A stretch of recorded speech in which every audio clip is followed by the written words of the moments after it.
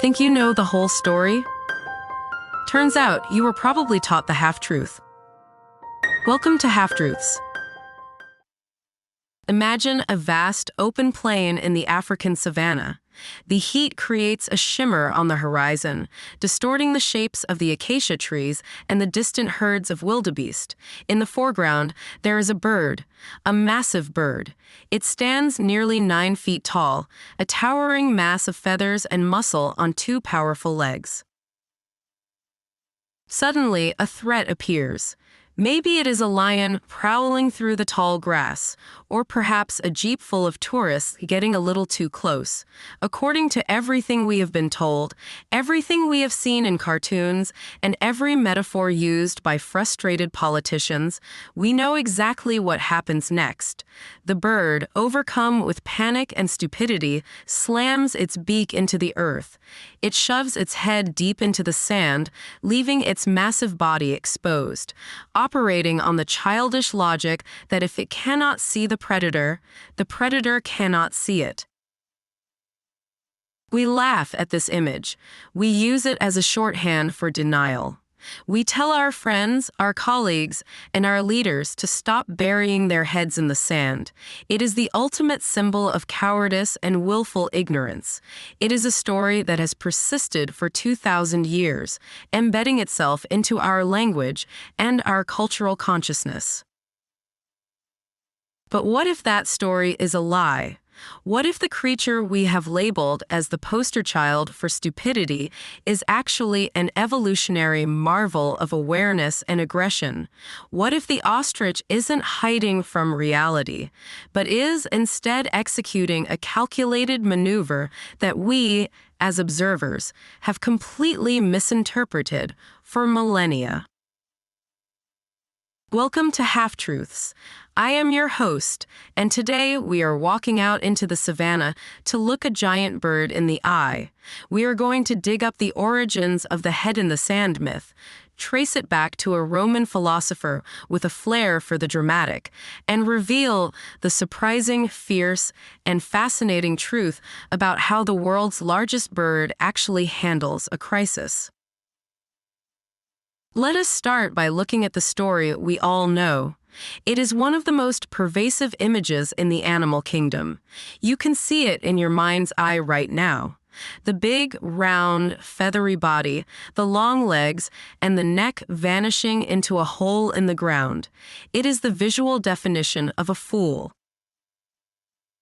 This myth is so powerful because it confirms a specific human arrogance.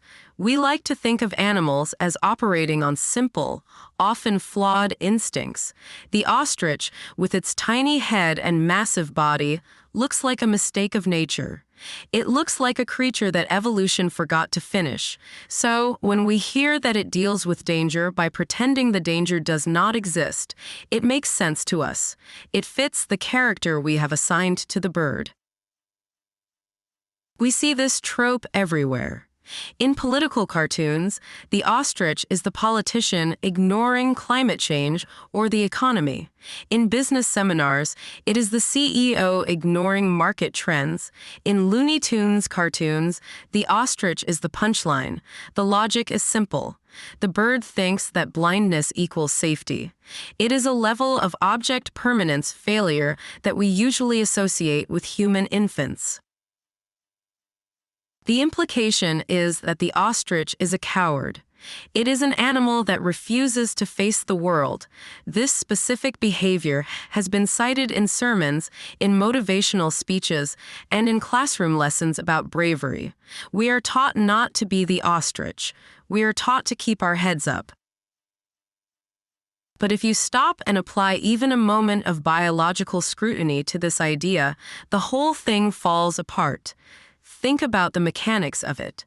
An ostrich is an air-breathing animal. It has a high metabolic rate.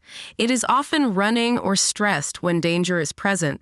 If an ostrich were to literally bury its head in the sand, packing its nostrils and beak into dense, suffocating earth, it would not be hiding. It would be dying. An ostrich that buried its head in the sand would asphyxiate in a matter of minutes. Furthermore, how would it even get its head in there? The savanna floor is not made of loose, dry play sand like a beach. It is often hard-packed dry earth, baked by the African sun. To bury its head, the ostrich would need a shovel. So, if the physics don't work and the biology is suicidal, why does the entire world believe this happens? Where did this slanderous rumor come from? To answer that, we have to travel back in time. We need to go back way before Looney Tunes, before Victorian explorers, all the way back to the height of the Roman Empire. Our culprit is a man named Pliny the Elder. Pliny was a Roman author, naturalist, and army commander who lived in the 1st century AD. He wrote a massive encyclopedia called Naturalis Historia, or Natural History. It was an ambitious attempt to catalog all knowledge of the natural world. Pliny was brilliant, curious, and prolific, but he had one major flaw: he did not always fact-check his sources. Pliny was writing at a time when information traveled slowly and often grew in the telling. He relied on the accounts of travelers, merchants, and soldiers who had returned from the fringes of the empire. These travelers wanted to tell good stories. When they described the exotic beasts of Africa, they embellished. In Book 10 of his Natural History, Pliny wrote about the ostrich. He described it fairly accurately in some ways, noting its size and its eggs. But then, he added a fatal line. He wrote that the ostrich, being a foolish animal, imagines that when it has thrust its head and neck into a bush, the whole of its body is concealed. Over time, translations and retellings morphed bush into sand. The image was too good to let go. It was sticky. The Romans loved a moral lesson, and the ostrich became a living fable about the dangers of stupidity. As these texts were copied and recopied by monks in the Middle Ages, the myth solidified. The ostrich became a fixture in bestiaries, books that used animals as allegories for Christian virtues and vices. The ostrich represented the sinner who blinds himself to the truth of God. By the time European explorers actually started spending time in Africa to observe these birds scientifically, the myth was already considered a fact. It is a classic case of confirmation bias. When you expect to see a bird burying its head, you interpret what you see through that lens. And that brings us to the core of the misunderstanding. Why did those ancient travelers think the ostrich was hiding its head? What were they actually seeing? This is where we begin to pull the thread and unravel the optical illusion. Ostriches do not carry shovels, and they do not have a death wish, but they do have a unique set of behaviors that, from a distance, could easily fool a Roman soldier or a dusty merchant squinting across the plains. First, consider the ostrich's diet. They are herbivores. They eat roots, seeds, and plants that are often low to the ground. An ostrich has a very long neck and a very small head. When it lowers that head to graze or to swallow grit and pebbles which help it digest food, the head effectively disappears into the grass. If you are watching from a few hundred yards away, the large, feathery body is visible, but the neck and head seem to vanish. It looks like the bird has plugged itself into the earth, but it is just eating. There is a second, more dramatic reason for the illusion, and it has nothing to do with food and everything to do with parenting. Ostriches lay their eggs in communal nests on the ground. These are shallow depressions scraped into the dirt. The eggs are massive, creamy white, and very visible to predators like jackals and vultures. During the day, the distinctively colored males often sit on the eggs, but the females take their turn as well. When a predator approaches a nesting ostrich, the bird has a choice. It can run, but that leaves the eggs exposed. It can fight, but that risks injury. Or it can try to disappear. The ostrich has a camouflage strategy. It will lay its body flat against the ground. Then it stretches its long neck out flat along the dirt in front of it. The feathers of the female ostrich are a grayish-brown, perfectly matching the colors of the dry savanna soil and dead grass. When the bird does this, it transforms. It stops looking like a bird and starts looking like a lump of earth, a termite mound, or a dead bush. From a distance, the heat haze blurs the edges. The head is flat against the ground, parallel to it, not buried in it. The bird is keeping a low profile, quite literally. This is not an act of blindness. It is an act of stealth. The ostrich is watching carefully, its large eyes scanning the horizon, waiting for the predator to pass. But to the human observer who doesn't understand camouflage, it looks like the bird has simply given up and shoved its face into the dirt. Pliny's travelers saw a masterclass in stealth and reported it as a masterclass in stupidity. So, we have debunked the mechanics. We know they don't bury their heads because they would suffocate. We know the myth comes from Roman hearsay. And we know the visual origin is likely a mix of grazing and defensive camouflage. But there is a third act to this story. Because the reality of the ostrich is not just that it is misunderstood. The reality is that the ostrich is one of the most terrifyingly capable survivors on the planet. If the camouflage fails and the predator gets too close, the ostrich does not stay on the ground. It stands up. And this is when you realize just how wrong the coward label really is. The ostrich is not a bird that needs to hide. It is a bird that other things need to hide from. Let's talk about the hardware. An ostrich stands up to 9 feet tall and can weigh over 300 pounds. It is the closest living relative to the visual we have of a velociraptor. It is a dinosaur that survived. Its primary defense is speed. The ostrich is the fastest runner on 2 legs. It can sprint at speeds of over 40 miles per hour. It can maintain a steady 30 miles per hour for miles.